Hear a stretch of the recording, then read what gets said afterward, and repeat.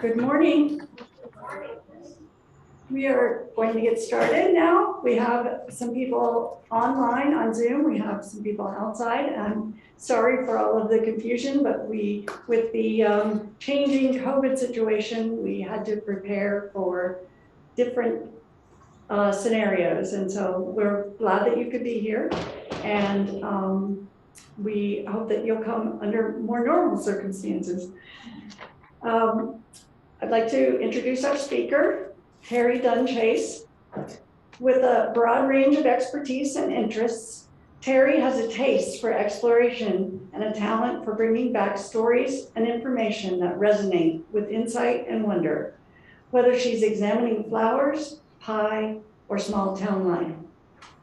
She has over 35 books in publication, including her newest title, Landscaping for Dummies. We do have her books out in the lobby if afterwards you're interested in purchasing any of them. She is also presently the garden and nature columnist for the award-winning Bottom Line personal newsletter.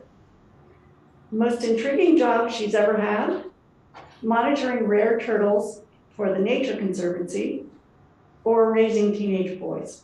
She's not sure which is the most. And the title of her talk today is The War of the Weeds. Thank you. Thank you, Krista. Thank you, Hamilton College. Thank you, the unseen people behind the scenes in the AV room. And also thank you everybody who's in here or outside or online. So my name is Teri Chace and I'm about to give you a very grim talk.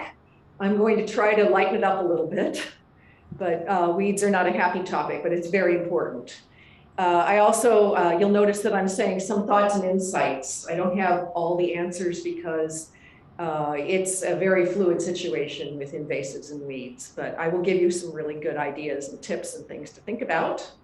And hopefully not leave you in too grim a mood, but actually a little educated and empowered, I hope. I'll try my best. So yeah, probably you feel like that if you have some weed problems. It's based on this book, and I was just telling people up front, I have a couple copies of it here. When I was writing it, I really wanted to call it The War of the Weeds, which is the title of this talk, but the title of the book is Search Engine Optimized. So, that's bindweed on the cover, strangling to death looks like a cut leaf Japanese maple. So it may be pretty, but if you look a little closer, it's not a happy photograph. Anyway, I want to first talk about what is a weed. And these are some fun or interesting definitions, perhaps. Ralph Waldo Emerson is the one that people always think of. He said, it's a plant whose virtues haven't yet been discovered. And every time I've seen that, I think to myself, geez, Ralph, you just don't go outside enough. You know, you can get, if you have a serious weed or invasive problem on your property or in your town or invading a natural area that you care about, you're not going to be quite as charitable as Ralph Waldo Emerson. Annie Dillard is an author that some of you may know. She wrote an award-winning, Pulitzer Prize-winning book called Pilgrim at Tinker Creek, which I highly recommend. But in that, she made a really interesting point about why we recoil or object to some of these things. She was talking about bugs, but also weeds, and this is what she said. She said, I don't know what it is about fecundity that so appalls. I suppose it's the teeming evidence that birth and growth, which we value, are ubiquitous and blind, and that life itself is astonishingly cheap, and that nature is careless as well as beautiful. And I think of that fecundity quote when I'm in the woods and I kick over a log and all these bugs explode. But I think of that fecundity quote when I look at a roadside, like the town where I live, covered with Japanese knotweed to the extent that there's nothing else growing there anymore. Fecundity is appalling. So that's another way of talking about weeds. One that is a problem in human-made environments. The great David Attenborough would like to say that we maybe should admire weeds because they can be pioneer plants in places that have been, you know, raised or destroyed in some way, and they come in and they're the first plants to grow. Of course they are, they're tough. And then the J.C. Ralston, for whom University of North Carolina Arboretum fame, once said, weed is any plant having to deal with an unhappy human. By the way, before I go on to the next slide, so what's an invasive as opposed to a weed? And I talk about that a little bit in the book, but the short answer is there's a continuum. And invasives are also weeds, but they're thought also in terms of endangering or destroying habitats and ecosystems. So a weed is an invasive that is endangering your garden's habitat or ecosystem. So some people think that weeds are introduced plants, not American, not North American plants, but it's not necessarily so. It's a little bit more nuanced than that. If you know this thorny vine that grows in the forests around here, this is a native plant. And it's a terrible pest. It strangles trees and crowds out other plants. And yet it's native to North America. So you can't really say if it's non-native, it's bad, and if it's native, it's good. On the other hand, here's an introduced plant, the Norway maple. We have lots of beautiful native maples. This one is on my bad list. I lived in a house once that had this growing in the front yard, and as you can see in the lower picture here, the brown soil around it, that's typical of what Norway maples do. They suck the life out of their adjacent soil. And they're just, in my opinion, not our friend. We need better maples. You can guess it came from Norway.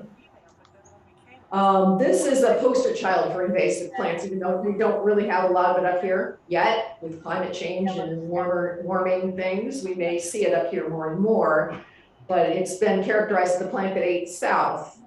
But here again, it's a little more subtle, and I have been down south and driven the highways, and you do see it all over the roadside. You see it tearing down barns and taking over abandoned land, and you think, oh my God, it is the plant that ate the south. But a closer look reveals that because it likes open areas and sunshine, a closer look reveals that it's really along the roadsides mostly. It's not necessarily going into the forests and native habitats to the extent that you might fear. And I read this article in Smithsonian where there's a little book up here you can see the more serious threat is really development, which gives kudzu an opening. This is an invasive plant that we see here in upstate New York later in the summer. You see the fleecy white flowers. I don't know how many of you are as into plants as I am, but I do drive-by botany. And this is a very easy drive-by botany plant. You can see it festooned all over the fields in upstate New York and western Massachusetts and southern Vermont. And parts of Maine, it's really a pest, and it's really prolific, and it's draping all over everything. But I had an interesting conversation with a friend of mine who has it all over her back 40 out in Herkimer County where I live. And she said, it's really not harming anything.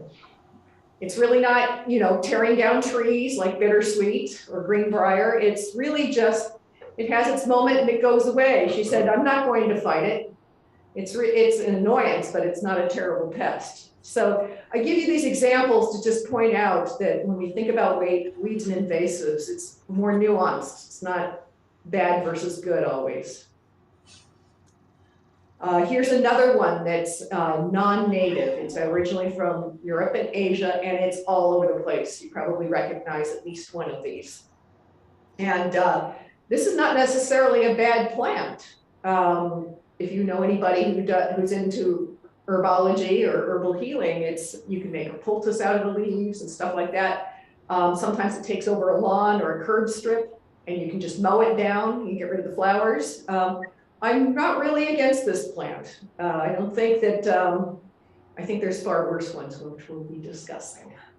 But another common name for it that the native people who lived here as colonists started to come into this part of the world called it white man's foot, because wherever white people started to settle, this plant would follow.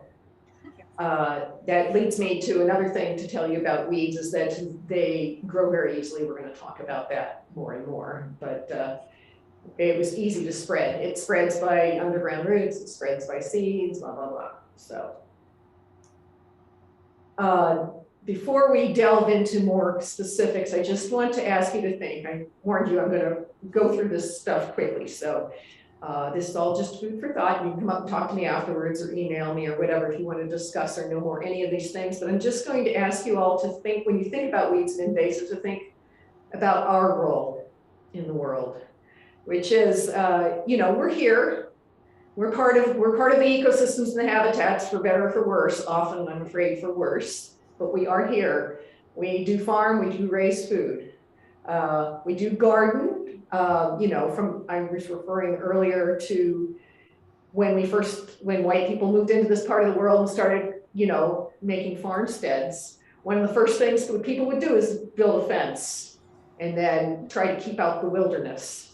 And that's sort of the origin of gardening in North America, is keep out the wilderness and create a little order out of chaos, you know, put your stamp on things.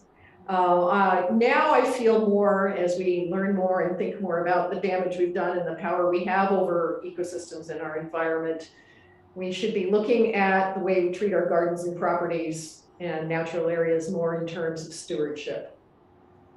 That is to say, taking good care of it and managing it. And part of managing it is trying to control invasive plants and weeds. Regarding ecology, plants don't, of course, exist in a vacuum. There's plants and animals that have co-evolved. There's insects that have co-evolved. It's very complex. I'll get to purple loosestrife a little bit later in this talk. But when purple loosestrife was really rampant, you may have noticed it's not so bad anymore. There's been some aggressive management strategies, but one thing that we've done is introduce these leaf-eating beetles from their native habitat to control it, with mixed results. Out in Minnesota, I was reading a paper, I just reviewed it last night to refresh my memory. They really did get a lot of purple loosestrife under control out in Minnesota with these special leaf-eating beetles. But then when the leaf-eating beetles run out of food, then what?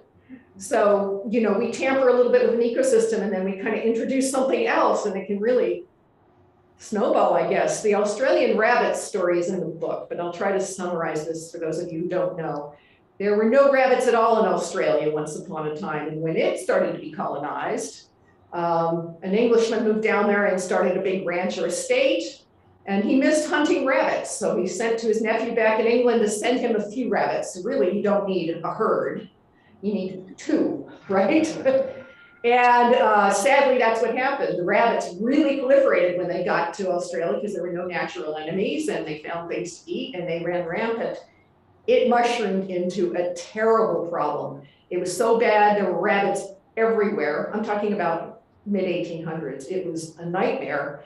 And people started to get scared. The rabbits were spreading diseases. The rabbits were ruining natural habitats. The rabbits were ruining crops. And they tried a lot of things. They tried poisoning rabbits, trapping rabbits, hunting rabbits. Those things weren't really making a dent. One thing that did make a dent was introducing a virus that killed the rabbits, but then people were afraid it was going to pass to people. I mean, there's a whole thing. You can Google it. It's very entertaining in a grim kind of way. They even sent like sharp-timed equipment across fields of rabbit burrows, and I'm afraid, like, just totally chopped up bunnies in an effort to control them. They built a rabbit fence and tried to keep the rabbits on one side of the fence with mixed results. This is a cautionary tale about what happens when humans try to correct a problem. Sometimes we just make it worse. The epilogue is that there are still rabbits in Australia, but they've brought it under some kind of control with a variety of measures. But boy, what a mess. So you probably can identify with one or more of these bullet points. I won't read it to you, but that's why you came to this talk, right? And I like these cartoons. If we don't laugh, we'll cry. I'll just give you a minute to look at those, and I'm sure you'll agree. And then this, despite the poor reproduction of it, is one of my favorite slides. It's like, observe the extent of the problem, choose a pleasant day to devote to your activity. Put on your own clothes and sturdy footwear, and then go for this walk. Okay, so this is really an important point. I used to not have this in the talk, and I rethought this talk and added this slide. People come to this talk saying, what can I do? How can I kill the weeds and invasives? And I want you to take a step back and think about, why is the weed even there in the first place? And there's a lot of things going on, as I just mentioned. There's other creatures in the world besides humans spreading weeds and seeds and bits of roots that root and carry on. Birds, wind, water, the annoying non-gardening neighbor. Always, when you pick up a plant at a nursery and bring it home, keep an eye on it, even after you plunk it out of its 5-gallon pot and dig a hole and put it in the ground. There might be little tiny thistles growing in there or something. Just check those plants before you put them in the ground and either replace the soil altogether. That it's easy to do. Just shake the perennial out of the pot and just put it in a soil, in new soil. Certainly, if you see some weeds, no matter how small, get rid of them, because that's a really common way weeds start to invade your garden. Sometimes things are imprudently planted. Kudzu was first brought to this country as an ornamental. It was billed even at, I think it was the World's Fair, I can't remember, sometime in the 1800s, the first World's Fair in Philadelphia, I can't remember the year, but this is the greatest plant for fast growing shade over your porch or veranda. So some plants have come here under the guise or hope of being an ornamental and turned out to be a monster. Sometimes weeds come in because there's poor soil. They don't necessarily like good garden soil. Some do, but many would be perfectly happy with really junky, cruddy soil. That's why, when you see industrial landscaping, I'm talking about shopping plazas and stuff, you see weeds there because almost nothing else can handle that. And then my big message is nature abhors a vacuum. I was just recently in Landscaping for Dummies explaining how to clear out an area and put in a garden. You dig up whatever's there and remove it and discard it. And, say you're putting in a new vegetable garden for the first time and you devote a lot of energy to that project. If you walk away for a week, even just a week, the weeds start coming in. You're like, how did they get there? Maybe not necessarily been brought in by wind, water, or birds. Maybe you stirred up the soil too much. And it's scary how some weed seeds can last in the soil. I'm talking decades, some of them. So if you are clearing an area for a new garden bed, remember nature abhors a vacuum. And if you can't plant it right away, I'll have some suggestions. But don't leave open space. Okay, so this talk is called The War of the Weeds, and if anybody is interested in or has ever given a thought to military history, the best generals study their enemies' habits, right? So that's what we're going to do. We're going to learn about our enemy. We're going to identify what it is. That's the first thing you should do if you have a weed that you're worried about or an invasive plant that you're noticing. Find out what it is and then learn about it. My book has a lot of that information, or you can Google, although I will say, as usual, Wikipedia and Google doesn't always give you the best information or accurate information, but do a lot of work to find out exactly what it is. And then when you attack, realize that you're in it for the long haul, especially if you don't want to use chemicals. You're going to have to intervene early. You're going to have to, good timing, I will tell you more about that. If you have a weed problem, like for example, I'll get to this, I have a slide about Japanese gout weed, that's my personal nemesis. I decided to attack it in one small area and see if I could prevail there before moving on. Test your attack methods in a small area. It's sort of the advice they give you when you're dyeing your hair, try a little lock of your hair before you dye your whole head, that kind of thing.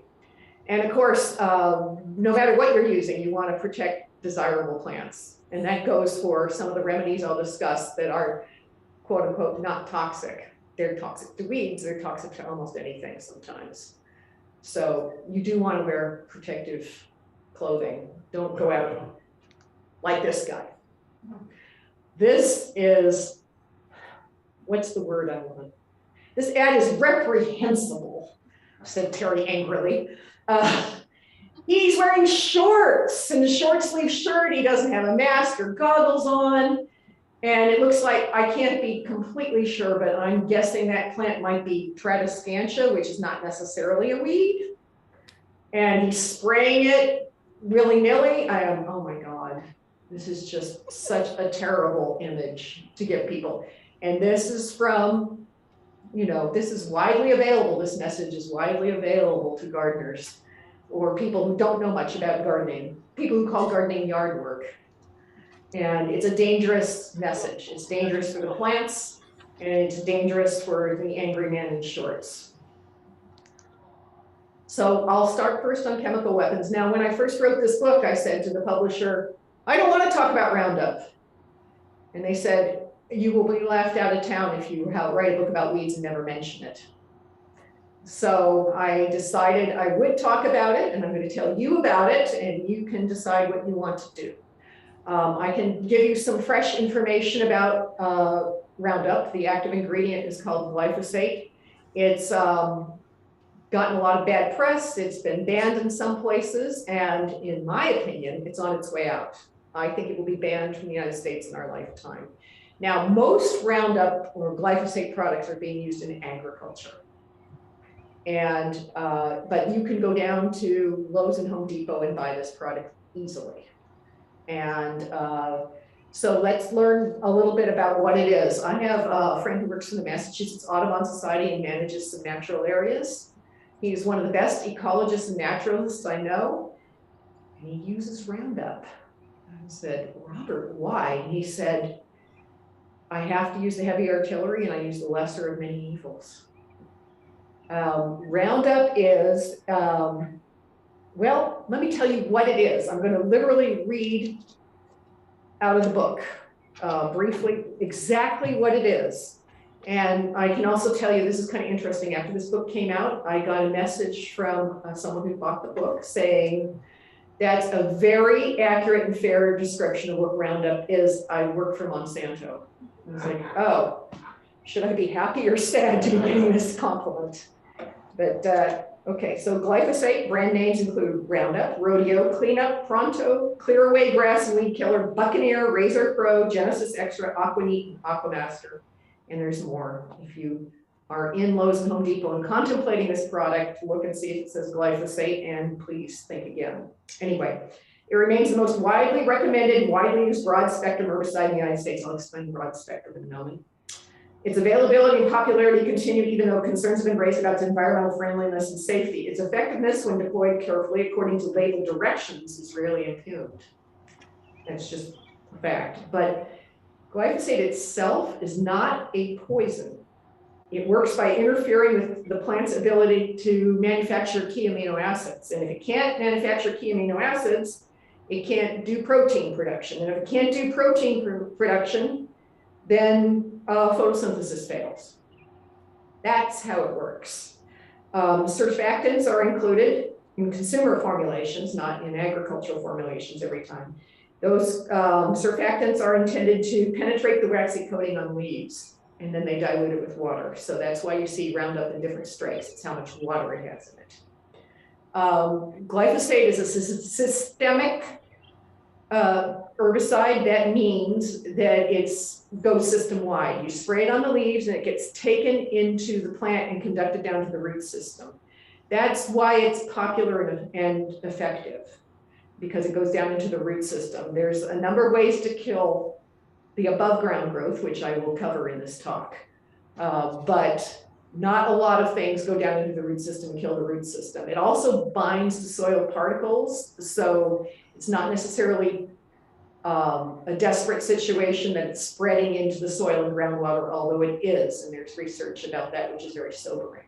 But those are some of the defenses of it based on facts. It kills things that are hard to kill, that have big root systems or tap roots or things like that.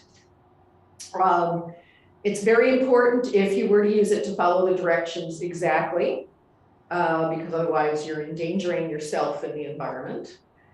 And you're wasting product, perhaps. Don't just get out there like that guy in the last slide and spray willy-nilly. For God's sakes, please don't do that. I noticed the matter of timing thing. And I'll bring this up again, when is the best time to act when you're attacking a plant? If you spray a little bit too early, it's not effective because the leaves are too small to take it up and conduct it down to the root system. In the case of Japanese knotweed, which I'll go into a little bit later, timing, if you were to use this, is very critical. It's forbidden and illegal to use it near water. It kills amphibians and fish.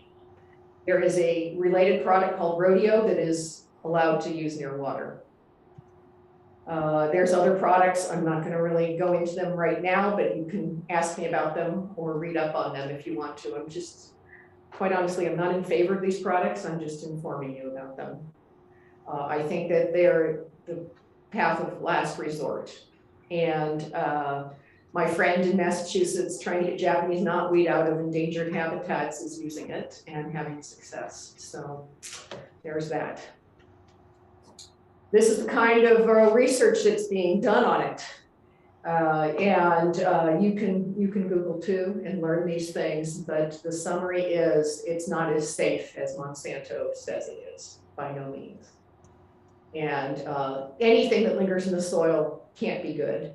And we're learning more about what happens in the soil. The soil, whether it's quote good soil or bad soil, farm soil, garden soil, wild soil, roadside soil, soil is full of life. There are all kinds of things going on under the ground, all kinds of microorganisms and beetles and earthworms and stuff like that. There's, you know, this is under study, and the more we know, the more astonished we are. And it just shows the damage that we don't even realize we're doing sometimes. So that's cautionary. This is the one book I would send you to if you're really worried about Roundup. It's an outstanding and sobering book. Needless to say, Monsanto came out and blasted it, but this author is a highly credentialed biologist, and it's very well researched. So glyphosate, aka Roundup, is banned in a lot of places. I think it's banned in Sweden and Norway, now in Germany. The European Union was going to take action on it, but shockingly got pressure. And so they're studying it some more. Yeah, but I think as time goes by, I do predict that it will be banned. So there's that. You can't take it across borders, for example. And some of the formulations that we find in Lowe's and Home Depot are watered down. So I think the stage is being set for it to be taken off the market. I know some of you are looking at me skeptically and thinking Monsanto is very powerful, but so are we. We're the consumer. So if you don't buy it, they don't have anybody to sell it to. I can't help what's going on in agriculture about it. That's a subject for another talk. But we can do our part. That's stewardship. Okay, so other sprays. Now I'm going to just quickly review these. If you want to learn more about them, I go into much more detail in the book. But here's a motorcycle ride through the museum survey of some of the other things that you can spray on weeds and invasives and other plants that you don't want in your yard. Vinegar is often touted.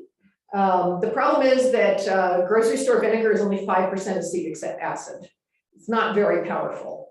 You can go to Lowe's or Home Depot or Agway and buy the 20%, but people, it's toxic. It's dangerous. Just because it's vinegar and you're used to putting it in your salad dressing doesn't mean it's safe.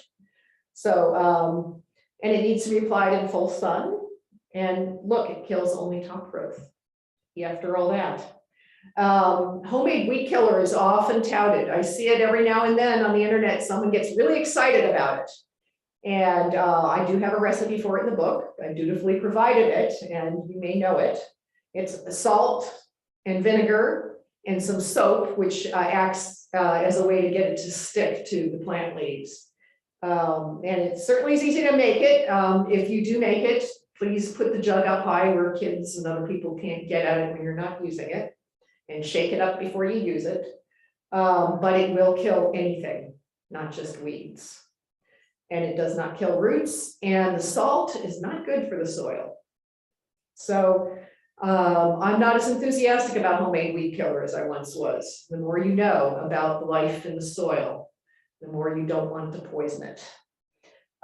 Soaps. Now, when you go and look in the gardening section of any place where you're buying gardening products, you will see soaps. Be careful, first of all. I know this sounds like kind of a dub, but people make this mistake. There's something called insecticidal soap. That's to treat bugs. You want the other kind, the horticultural soap that goes on plants. And it's definitely not toxic to us or too much, but it's not super effective. There's also more expensive products. I have a picture down here in the bottom. I don't know if you can see it from where you are. It's called Burnout. And it's available in Agway. I've also seen it for sale online from Gardener Supply Company in Burlington, Vermont, which sells almost anything you could possibly want for your garden. And it's got citrus soil in it. And that can be effective, but it's not cheap. Salt. You all know what Rome did when they conquered Carthage, right? Poured salt on their fields, or so the story goes. And then that was really how they finished off Carthage, was poisoning where they grew things.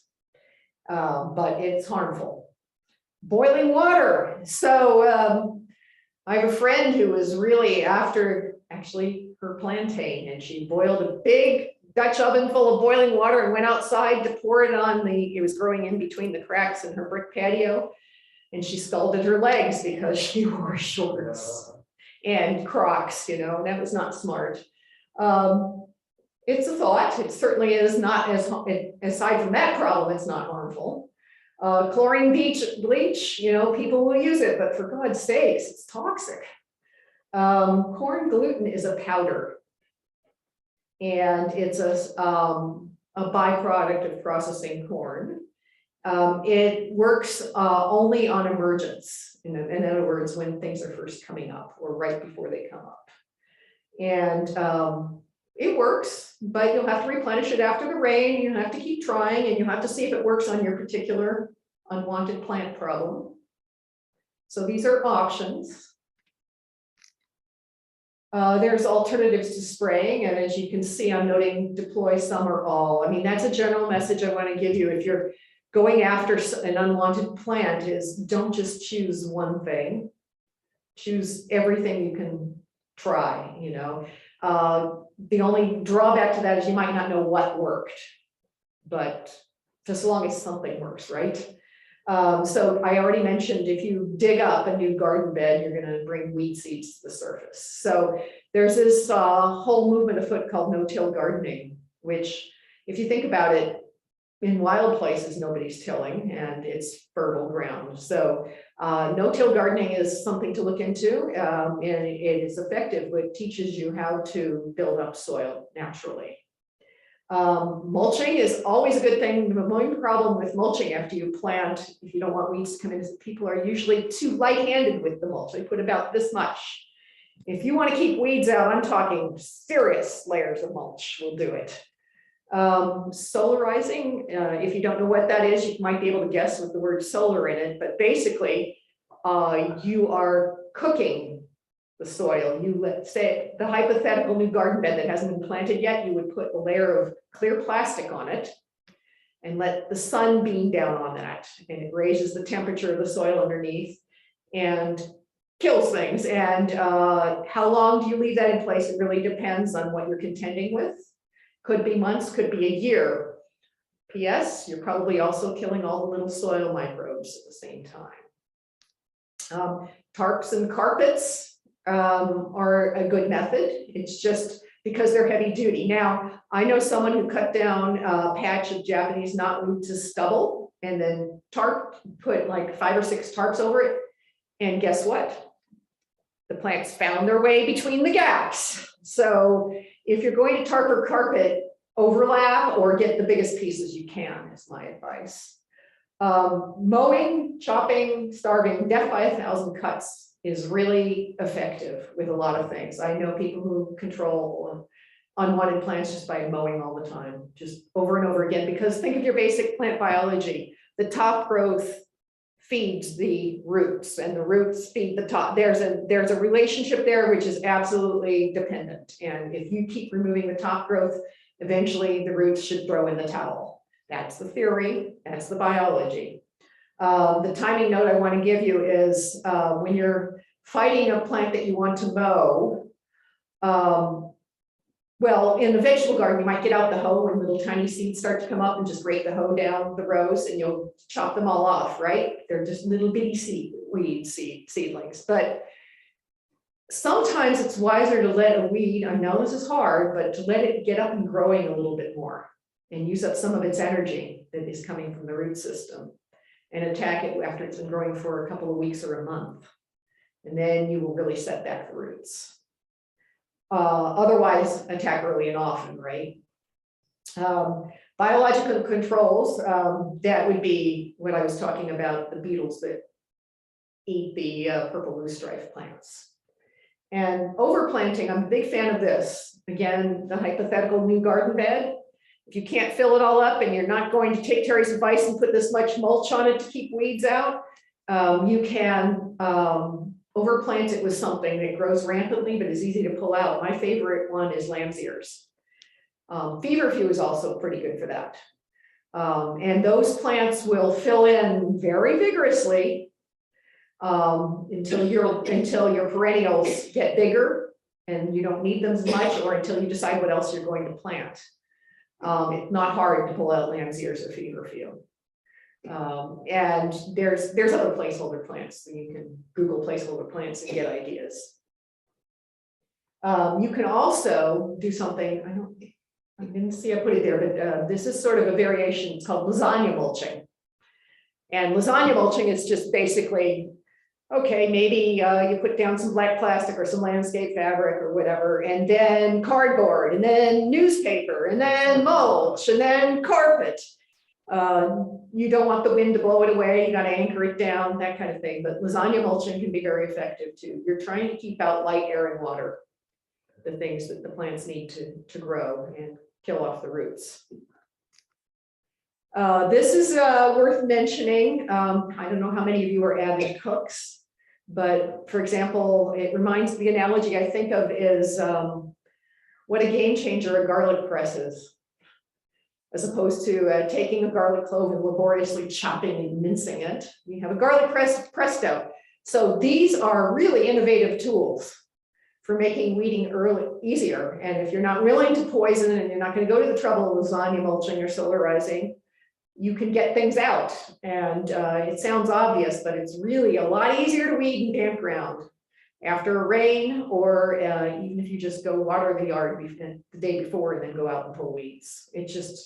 It's light years easier. And some of these tools are really fantastic, really do a good job. They're not just gadgets. You can find these online at Gardener Supply Company or A.M. Leonard Tool Supply Company, or some good garden centers have some of these things. If you have the right tool for the job, you'll be out there cackling. Die! This is your last day on earth.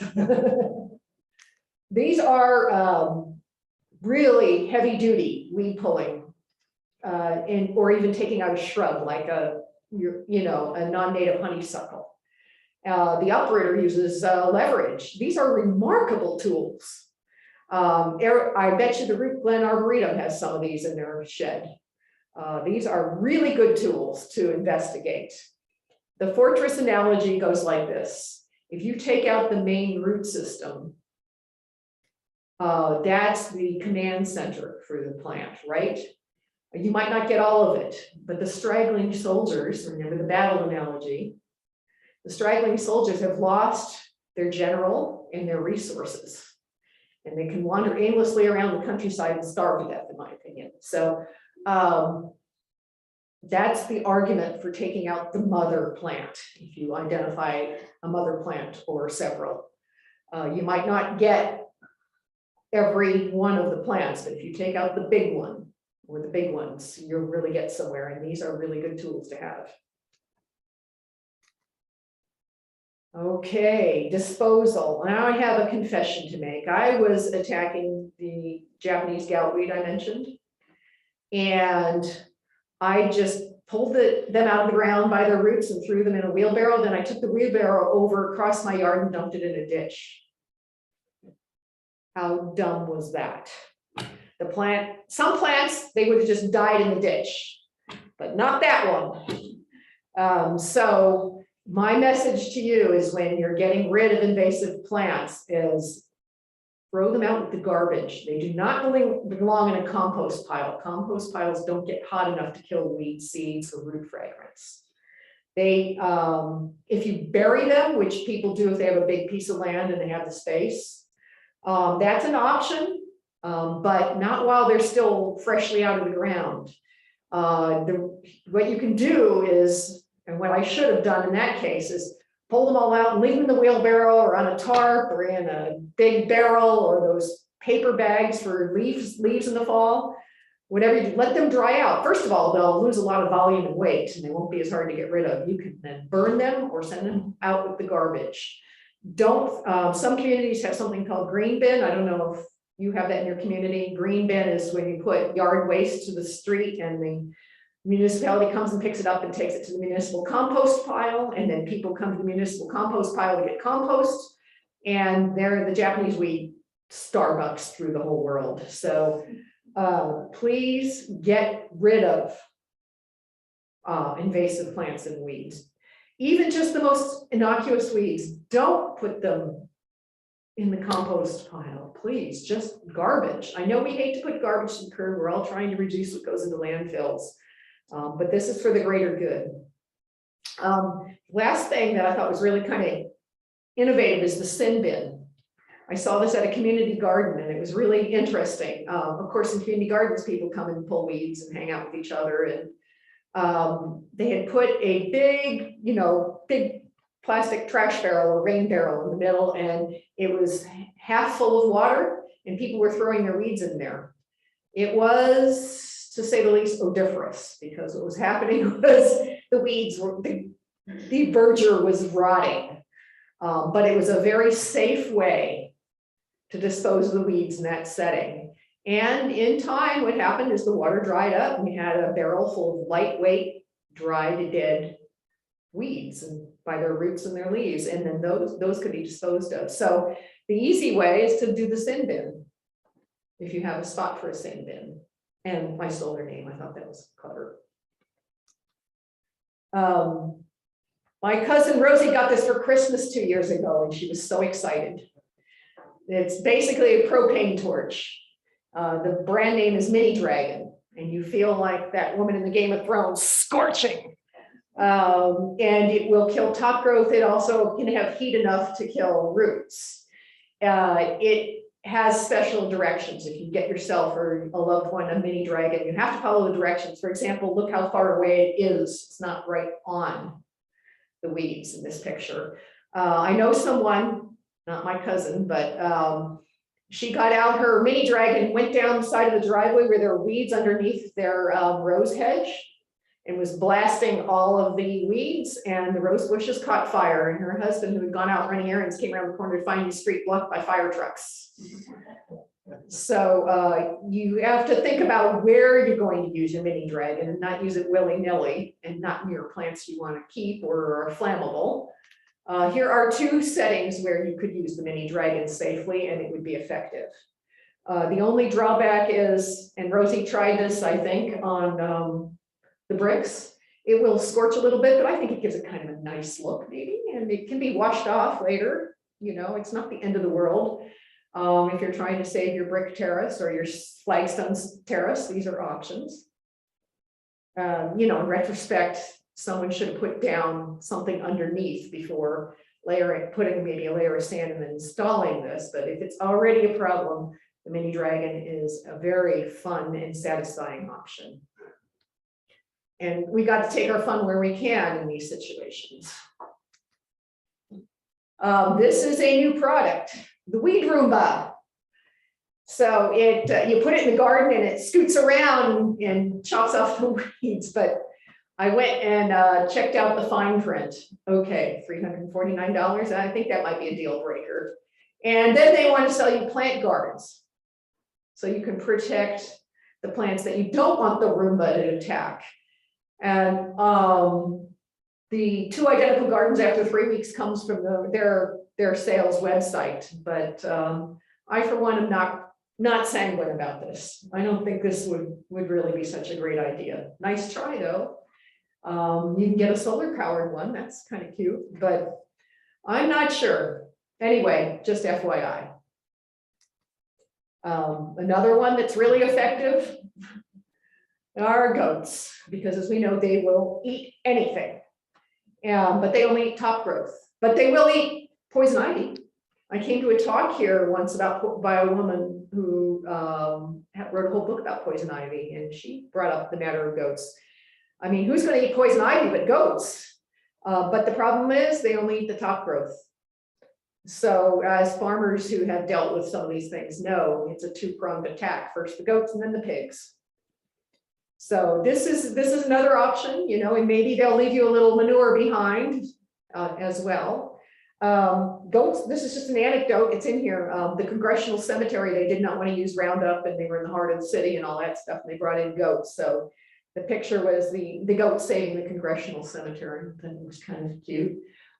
There's a Rent-A-Goat on Martha's Vineyard. Yes? I was just going to say that they're good when you have a really steep area. Right, places where you couldn't get even if you wanted to. That's a very good suggestion. She was just saying if you have a really steep area full of a plant that you want to get rid of, goats are not daunted by steep, especially when they're hungry. Okay, now I'm going to take a motorcycle ride through the museum of some plants that you may recognize. This one is the one that launched this book, actually. My friend Barney lives up north of here, and like if you're a plant person, you may endure what I endure, which is your friends send you pictures and say, "What's this?" And he said, this looks like milkweed, but the pod's not quite right, and it's taken over the city of Malone. It's the weed that ate Malone. And so I did some research and found out what it is. It is indeed related to milkweed. It's an introduced plant. It's pretty vile and rampant and spreads by seeds. You can recognize that there's a good diagnostic as the flowers are purplish. This is a really aggressive plant. It has no natural enemies here or in its native habitat in Europe and Asia. I don't know what the city of Malone is doing about it, but maybe there won't be a city of Malone for once a time. But so when I was trying to figure it out, I sent it around to my plant buddies, a select list of about 6 or 10 people, and said, "Is this right? Is this what it is?" And some of them wrote back, and you know, we discussed it and confirmed it. And one of those people was my friend Tom Fisher, who was an editor at Timber Press, who I'd written books for. And I wrote back to Timber Press, to Tom, and I said, "There's no book that helps people identify invasive plants." And he wrote back, "Why don't you write it?" I said, "Okay." So the book is dedicated to my friend Barney, who started it. And I said to Tom, "Why don't we just do, you know, 10 or 20 classic invasives, and I'll review all the stuff I just talked to you about." And he said, "I'll take it to," this is how books are born, you know, at the book publishing house. They take it to a committee meeting around the table and discuss the book. And then the editor is assigned to go back to the author and say yes or no and give more details. And he wrote me back and said, "Are you sitting down?" And I was like, "Uh-oh." And I sat down and he said, "We want 200 plants." In retrospect, I should have done 5,000 plants. But this, for the purposes of this talk, I'm just going to show you plants that you may recognize. There are so many. And if you don't find my book, my plant in your plant in my book, realize that some of the things I've described to you briefly here today can be deployed on, and you don't have to get exactly the right plant to attack it or to contend with it in some way. You know this one. Okay, bad news, it's a biennial. That means it gets going over 2 years. When it gets to its 2nd year and has these flowers, guess what comes next? I have a figure on this. Let me just find my cheat card. 6,000 seeds per plant. That's pretty scary. So my first management tip for this plant, if you have it, is get it its 1st year when it's low and hasn't flowered yet. If it's gotten past that point and it looks like this, get it while it's still flowering. Don't let the 6,000 seeds per plant thing happen. Now, some people argue that it's tasty and can be put in salads, but all the salads in the world are not going to control it. It's true, it is edible, and it doesn't taste bad. You can guess. It's kind of garlicky, oniony. Not a bad that way. The seeds also have been found to linger in the soil for a decade. So this is a case where if you're attacking it, as I just suggested, you also want to follow up by covering the area or overplanting the area.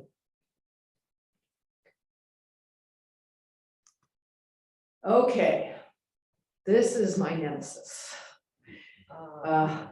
This is taking over the outskirts of Little Falls where I live, and it is a bad one. You may have noticed that it appears to die over the winter.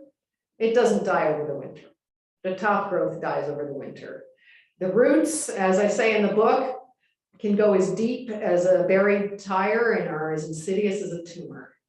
This is a really bad plant, and it's spreading everywhere. It spreads by water. You've probably seen it encroaching on streams and rivers all around this region. It's really a scary plant. Just as an aside, because I'm a botanist and I'm giving you the botanical names, anyone that's got that many aliases is suspicious, really. But okay, so what can we do about Japanese knotweed? Number one is attacking it in the spring and cutting it down, which the city of Little Falls does, is useless. It's like the, what's the Greek myth? Medusa, cut off her head, 10 more grow back. The plant is so vigorous in the spring that cutting it down is frustrating and maybe hopeless. The best time to attack Japanese knotweed is in the fall, when the growth is not surging upward, but in fact, the plant with the flowers is sending energy down into the roots for next year. I mean, even our tulips and daffodils do that. They grow, they flower, and they send energy down into the roots to fuel next year's show. That's exactly why people tell you not to cut the foliage off of your tulips and daffodils after they bloom. And the same is true of this plant. It's sending energy down into its root system in the late summer and fall. So you want to attack it then. Also, you don't want these flowers to go to seed. So you chop it down to stubble in the fall if you can, and then I would recommend tarping. Now, I gave this talk one time out of Martha's Vineyard at the Poly Hill Arboretum, and the young man who's in charge of keeping invasives out of the Arboretum came and talked to me afterwards, and he shared with me a really interesting thing. Here again, he's using Roundup, and he has a license to use the really strong stuff, which, you know, you have a lot of training when you're using the really strong stuff, and he has to wear the hazmat suit and all that stuff. I said, "You're using Roundup?" And he said, "Hear me out." He said, "I have killed Japanese knotweed to death, and this is my method." He said, "I cut it down in the fall, just like you said. I cut it down in early September to stubble. The plant responds by closing down and protecting its root system. And so Roundup wasn't working." And I said, "Well, you just said you use Roundup." And he said, "I cut it down to stubble in early September, and then I fertilize it right away the same day. And the plant is fooled into staying open for business. I give it 1 day or 2 days with fertilizer, and then I return with the Roundup and I kill it." So I pass that on to you if you want to use that information. Again, if you want to use Roundup. The alternative, the natural alternative to fighting this is it'll pop up in your lawn, so you want to mow. If you have a stand of it, you want to cut it down in late summer, early fall. Dispose, remember I said, let it dry out in plastic bags or on a tarp. Burn it or send it away in the trash only once you're sure it's all dried out and dead. And then tarp the heck out of it. And, you know, that's going to take a couple of years, and you could prevail. Yes. What about digging out the root? Well, remember I said the roots are as deep as a buried, abandoned tire and as insidious as a tumor. But I did make the fortress argument. You could take the lever and pull it. The roots of these are incredible. You can try. I would certainly, if you're able, take out as much of the roots as you can. I mean, why not? But make absolutely sure that goes into a hefty trash bag, right? Or a thin bin or a barrel. because it can regenerate from roots really easily and probably even reproduces better that way than by seeds. So anyway, this is a very daunting foe. And I need to get the ear of the DPW in Little Falls because they go and chop it down every spring and they're not helping. It's also growing along the Erie Canal Trail. It's really upsetting. And some people are like, oh, isn't it pretty? Actually, it was brought, like kudzu, it was brought in as an ornamental plant once upon a time. Purple loosestrife, the one that has been pushed back by the beetles. I don't know if you remember, I want to say 10, 15, 20 years ago, it was actually in the horticultural trade. White Flower Farm sold cultivars of it and said they were sterile. But they got, shouted down and it's no longer available for sale. This demonstrates to me though, also this plant as we beat it back, how nuanced this can be. Beekeepers really like this plant. It makes wonderful honey. A friend of mine who does research down in the Hudson River Valley in Tivoli Bays, where purple loosestrife is rampant, has discovered that American goldfinches nest and feed on it. So he's not as anti-purple loosestrife as he once was. Painters and photographers like it. One thing I can tell you about it is it likes wetlands, and it also it reproduces from its rootstock more than from seeds. So digging up the rootstocks, I mean, there are projects where hardy volunteers get out and dig it up by the roots and dispose of it properly. But it's, the stands you see may be actually one big plant, which in a way bodes well for controlling it, maybe, but certainly you don't want to ever plant it on purpose. This plant is a big problem in this part of the world, and it's exceedingly thorny. My son is an avid bicyclist and was riding around in the hills in Herkimer County on high speed on his touring bicycle and took a turn too fast and ended up in a multiflora rose bush and was pretty well damaged, not just the bicycle, but the boy. And we called it his Tour de France accident because, with the Tour de France bicycle race, sometimes people go off the road and get hurt. The multiflora rose has had a long and illustrious history in horticulture. It's a very cold hardy plant, right? It survives our winters. And for a long time, big rose merchants were using its rootstock and grafting pretty roses on top of its rootstock. That has pretty much stopped. And if you go shopping for roses in places like Weeks Roses or Jackson & Perkins now, you'll see we only sell own root roses. What they mean is we don't sell multiflora rose rootstocks anymore. Because what used to happen is you'd buy a rose from Jackson & Perkins that was on multiflora rose rootstock, and then you had this beautiful, like Mr. Lincoln or Tropicana on top, and the winter killed your plant, and the next year, you got these flowers, and you're like, what the heck? And that's why. But what can we do about multiflora rose? It's like a lot of invasive plants. It's not native and it comes out early and stays late, which gives it a competitive edge against the native plants, unfortunately. It's a pull, mow, dig, root out kind of situation. Or it's a job for maybe the goats and the sheep. It's increasingly resistant to Roundup, and that's another problem with Roundup, just like antibiotics for humans. You use it too much and no longer effective. So I don't have any real easy answers for this, except if you have I eradicated one plant on my property, cut it down at the roots and disposed of it properly and tarped it. And when I removed the tarp, there was no trace of it. So it can be done. Bindweed comes as kind of a shrubby thing or a vine. And it looks like morning glory because it's related to morning glory.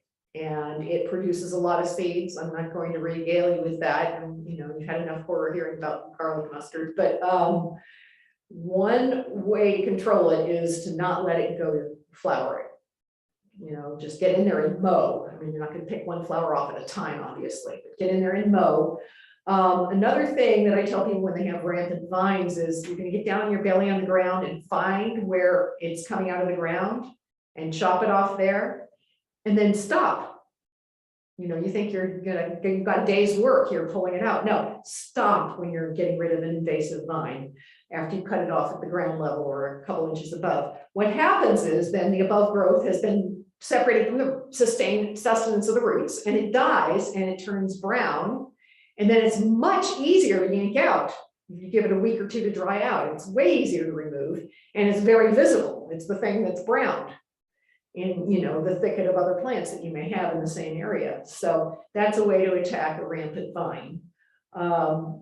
But there's no easy answers for this if it's really gotten a foothold, except mow, mow, mow, mow. And here's my nemesis. And this is what I did. I dug down 6 inches. And as I confessed, then I did the wrong disposal. But I've since learned that this is not a plant to really pull up by its roots because it comes back from itty bitty root fragments. It's better, in retrospect, what I should have done is just cut it off at ground level, dispose of the top growth, and then tarped it and let the roots die underneath. I have, if you're interested, and this is something you're fighting, I have a great article written by somebody else that I can send to you called Goutweed Resilience is Thy Name, which gives you some more information about it. But this again was brought in as an ornamental. Some people have used it on slopes to landscape a slope, especially if you have shade. And people are like, oh, look at the pretty flowers. I'm like, ah! But if you don't want it, you'll have a hell of a time getting rid of it. It's one of those plants almost that if you see it growing on a property, you don't want to buy that house. I remember when my husband and I were house hunting and I saw Japanese knotweed on the property. I mean, you go in the house with real estate agent. And I went back to the car. But that's just me. This is really common around here and crafters love it, but it's a problem. It's shading out and taking over habitats. It also mixes with our native Celastris, which it's related to. It would be really great if the crafters would harvest a whole lot more of it. It also, it's a stronger plant than the native one, so it's kind of overwhelming things. Here again, my advice is to cut it off where you see it originating and leave it until it dries out, and then you can pull it down out of the trees and thickets a lot easier. It's a very resilient plant. I mean, weeds are very resilient, as you've now heard. Some reproduced by runners, some produced by seeds, some both. Very successful plant. This plant is one of those. It produces by runners and by seed. The birds move it around. And it also gets into what I think another speaker was here talking about the wood wide web, the web of fungi under the soil. It's tapped into that. It's an alien plant that's tapped into the wood wide web, and so I'm sure that the native trees and shrubs in our forests and back 40s would really appreciate it if they had a little help and got that invaded out of there. This has taken over Herkimer Home. I keep referring to Little Falls, but I'm sure your town has many examples too. It likes wet ground. It excludes everything, and it's not a good wildlife plant. And remember it back in one of the earlier slides, I said, ask yourself, why is this plant here in the first place? This plant is here in the first place because of damp ground and open sun. So if you were going to attack it somewhere, maybe one thing to do would be to divert the water and drain out the area, as well as attacking it in other variety of ways. But if it doesn't have damp ground, it's not going to be there. So that's a possible tactic for this bug. This is drive-by botany to me again. I mean, I just drive down the New York State Thruway and Doesn't the mowing on the road sides also spread it? Yes. Roadside mowing is a real big problem. That's why I think we should all get the ear of our DPW. I tried. Yeah. Because it's just chopping up fragments that root, it's not helping at all. And if they mow a little bit too late, then they're spreading the seeds around. And then in some communities, there's if there's budget for it, they have bush hogging, which is where they come along and go through the ditches. And all they're doing is shoving the root fragments and the plant fragments down the line and spreading it more and more. It's just a nightmare. So I shouldn't be here. I should be in front of the DPW. If anybody has any DPW contacts, just message me. This is a plant that grows on my land, and it likes damp soil. Do you recognize it? It's in the buttercup family, Weedkillers. The bottom picture is useful information. That's what it's growing from. That's the fortress. Remove the fortress and the soldiers will wander aimlessly around the countryside and die, we hope. So getting those up will help. And this one is so embedded among native plants right now that I'm kind of in despair about it. It's not one honeysuckle, but a lot of introduced honeysuckles, and there's a lot of problems. Like a lot of introduced plants, it's on a different schedule. So it comes in early and lingers late. Understand that the berries are less nutritious, so it's not even helping the wildlife. And what are the birds are eating the less nutritious berries and then spreading the plant around. So I don't know, along the Erie Canal Trail. I mean, if I was a botanist bicycling the Erie Canal Trail, I would just be weeping because of all the Japanese knotweed and Phragmites in this plant taking over. And the origin of that problem isn't just that it was pushed down by water or maybe, the bicycle tires. No, it's really that someone mowed and created open space, and the invasive plants come right in when there's open space.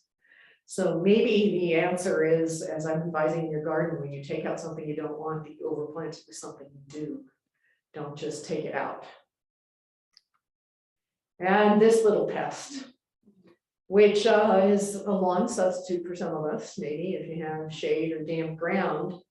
And it is, as I point out in the little notes here, reproduces by more than one means, which is the definition of many weeds. I forgot to mention another definition of weeds. I learned this in a book called How Plants Work. A lot of weeds, chlorophyll is a very complex chemical and physical process. And there are different kinds of photosynthesis, and a lot of weeds use a certain kind of photosynthesis that is more robust. And this is one of those plants that has I think it's called photosynthesis A as opposed to photosynthesis B or something like that, but it's daunting. Anyway, this is one for mowing and tarping again too. I'm not going to recommend Roundup, honestly. Okay, future reading. These are some books I can recommend. I went to a talk by this fellow and he served Japanese knotweed pie. You may have noticed that Krista mentioned that I like pie.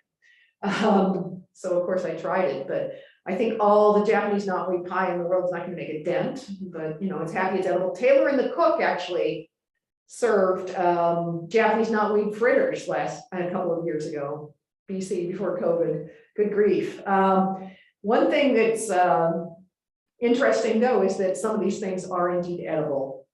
Good old Yule Gibbons even recommends. I mean, he has a great enthusiasm for garlic mustard.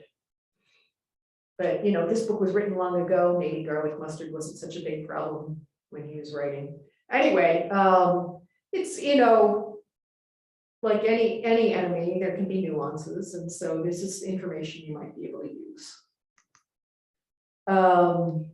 The book on the left is a British book, so it looks like they Americanized the spelling of the word defense, but that's a very interesting book about European weeds and also just general behavior of weeds. It's a very interesting book, and it's very entertainingly written, but he does definitely drive home the point that whenever you clear open ground or abandon an open field or tear down a building, here they come.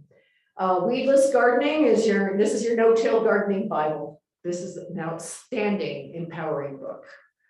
By the way, he's in New Paltz if you ever want to have him up for a talk. I'm sure he'd come. Weeds of the Northeast is the best book for identifying books. It's a little bit older, so it doesn't have the current names, but who cares? You can Google it from there and get the current name if you care, but it has a lot of useful information. It has these great diagnostic photographs. It shows what it looks like when it's a baby and when it's a little bit bigger and when it's flowering. It's a very useful identification guide. The book on the weeds book over here is an old book with really good drawings. Sometimes if you're interested in botany and horticulture, you prefer drawings, and that book's very good. The drawback to that is that it's about 30 years old and it recommends all kinds of lethal chemicals, but as a diagnostic book, it's very good. Okay, invasive plants, identification, impacts, and control. That one is much smaller than my book, but has some of the same information. If you wanted a smaller book than my big thick one, that's a good book.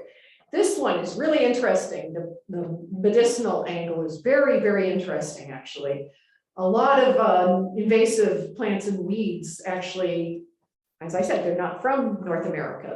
A lot of them are from Asia. Now, I don't think 2,000 years of Chinese medicine can be wrong in many cases. And a lot of them have medicinal uses, and this is a book about that. And looking at Japanese knotweed on the cover, the roots of Japanese knotweed, which I was just maligning a few minutes ago, contain resveratrol. So does red wine. I'll take the red wine instead. But anyway, and he also suggests cooking with it and on and on. But it's a very eye-opening book for an alternative view of a lot of these introduced plants, all the uses that they have. This is a picture in my neighborhood. Can you see what he has? He has Japanese knotweed and a beautiful lawn. I won't make any comments about lawns, that's a topic for another day, but I'm as impressed as all heck by this. I walked by it and I actually stopped and talked to him one time and I said, how do you do that? How do you keep the Japanese knotweed out and why don't you fight it? He said, Route 5 is on the other side of that. And it blocks the view and breaks the noise. He said, so I actually want to keep the Japanese knotweed, but I just mow my lawn all the time to keep it out. So my message is a truce can be possible. And just so you're not all leaving this talk feeling sad, I thought I'd chuck this in. Isn't he cute? There's also going around the internet lately, people have been sending to me, someone's taking sidewalk chalk and writing the Latin name of the plant on the sidewalk with an arrow pointing to it. That's not me. But I just love this little guy. And then I have some of my books outside if you want any of them, including the one that has all the references that I was just giving you. Anyway, if you have questions, we can ask now, or you can come up and talk to me, and I'll give you more ideas. I know this was fast-paced and I threw a lot of information at you, but my basic message is it's a sobering, complex topic, and you do have options. So good luck and thank you.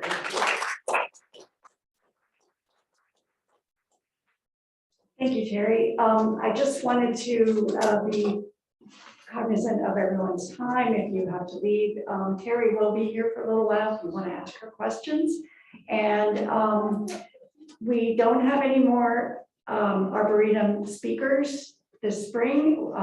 We're setting up next year's calendar, so you'll be hearing about that. But we do invite you to come to the Arboretum at any time. In June is when the peonies will be in bloom, so you can definitely come and see those. And are you gonna do the raffle? You can do the raffle. Okay. Yeah. And just stick around we're gonna pull a couple raffle tickets.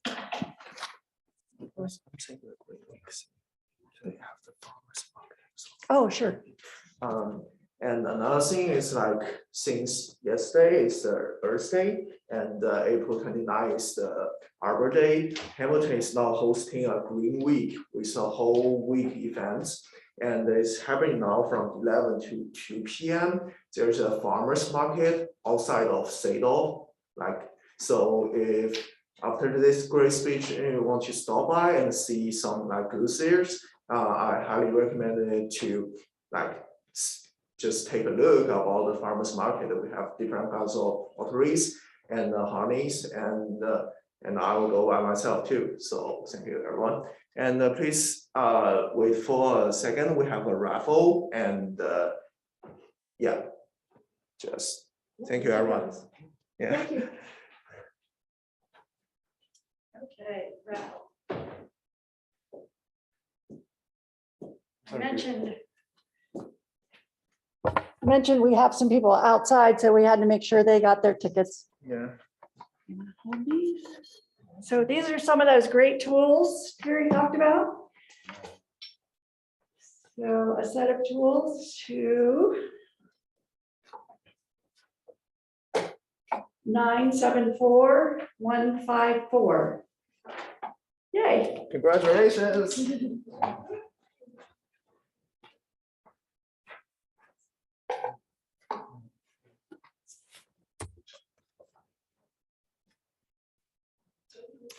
And Terry has graciously donated one of her books, which will be our next.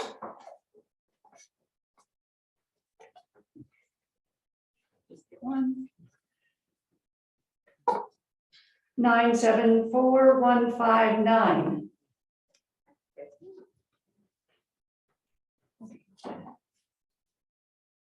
Congratulations. Yes. Thank you again, everyone. And Terry is here if you'd like to ask questions.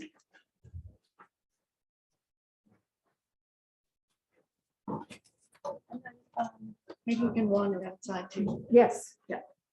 Carrie, I just want to ask you. Yes. What is this? I bet this looks very familiar to you.